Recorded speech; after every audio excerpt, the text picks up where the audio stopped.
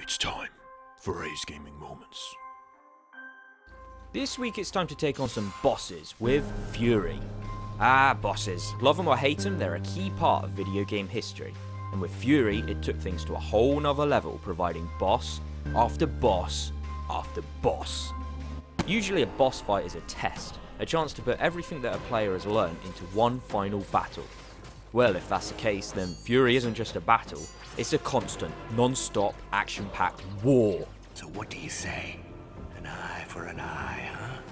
Time to take your revenge. The fights were long, not Dragon Ball Z long, but long nonetheless, perhaps 10, 15, maybe even 20 minutes each. Every boss, or guardian, had multiple forms, with each getting tougher than the last, with a new set of attacks constantly getting thrown into the mix.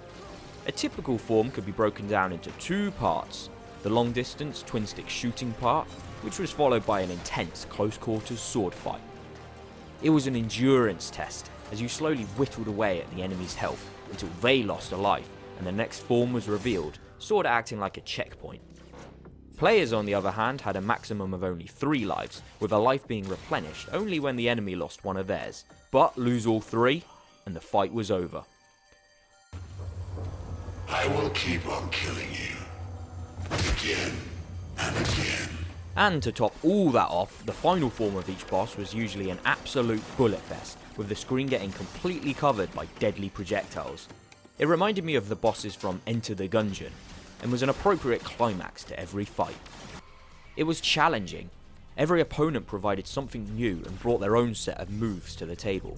One, for example, would skip out on the sword fight in favour of a long-distance sniper battle, while one was more of a pacifist, forcing you to turn your own bullets against yourself. It took some skill and timing. Sword blocks would recover health, and a perfectly timed swipe would result in a powerful counter-strike, but missing could be fatal. Each of the 11 bosses came with their own unique personality and even their own philosophy. There was always a slow walk in between the fights, which would allow time for some background story to be told about whatever opponent was upcoming next, provided of course by a selfie stick wielding chipmunk thing. Believe me, what's waiting at the end of all this is so worth the trouble. Surprisingly, the controls in these walking parts were some terrible tank controls. But thankfully, it wasn't a problem because by just tapping the X button, your character would auto-walk in the right direction.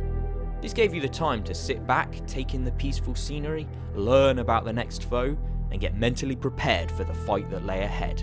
The pacing here was perfect. Even when quitting the game to return sometime later, the game would remind you at the main menu of the motivation needed for winning the next fight. He is the one who got you here in the first place. He is the one who brought you down. I think that Furi had a lot in common with Afro Samurai. Nope, thankfully not the game. The manga, with its quiet leading swordsman, its mysterious distant lands, its colourful array of supporting characters, and of course the simple quest to kill everything that stood in your way.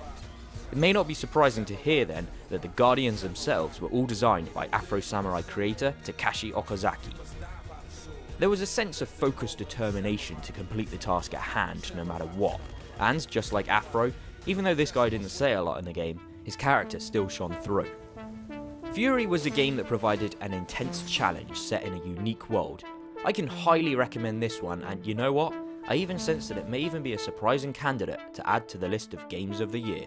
There's an easy way and a hard way. You choose. Excellent choice. Thanks for watching, and be sure to stay tuned for the next A's Gaming Moments. That's the code.